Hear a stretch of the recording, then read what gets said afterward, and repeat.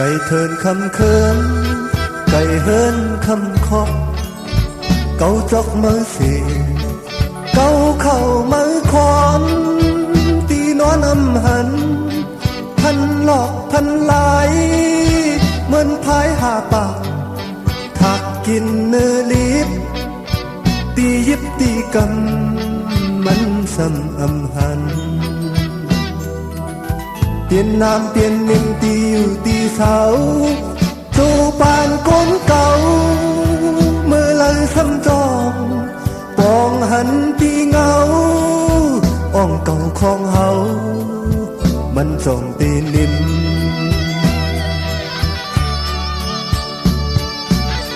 ยาพงแม่นสลางกันอยู่เหนือลอย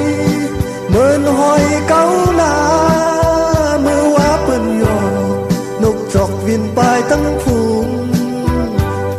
เนื้อสีเข็ดคำอุ้งงูสำลองตัว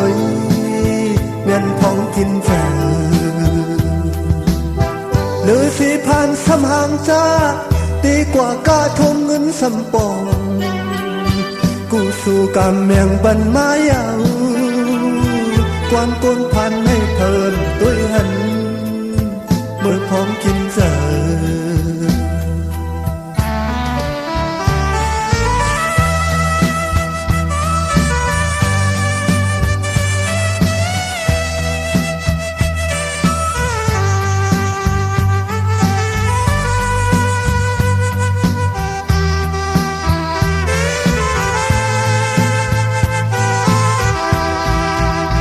ไก่เทินคำเคิมไก่เฮินคำเคาะเกาจอกมือสีเกาเข้ามือคอนตีนอนอำหันพันหลอกพันหลายเหมือนพายเก่าปากถักกินเนื้อลิบตียิบตีกันมันซ้ำอำหันเปลี่ยนน้ำเปลี่ยนนิ่มตีอยู่ตีเสาสู่ปานก้นเก่ามือเลยซ้ำจองปองหันตีเงาอ่องเก่าของเฮา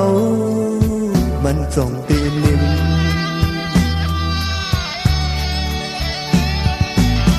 ยาพงแม่นฉลางกันอยู่เหนือลอยเหมือนหอยเก่าหนามือว่าเปิ้นหยอกนกจอกวินปลายตั้งพุงเลือสีเข็ดคำอุ้งงูสำลอมตัวเมียนพองกินใจเลือสีผ่านสำหางจ้า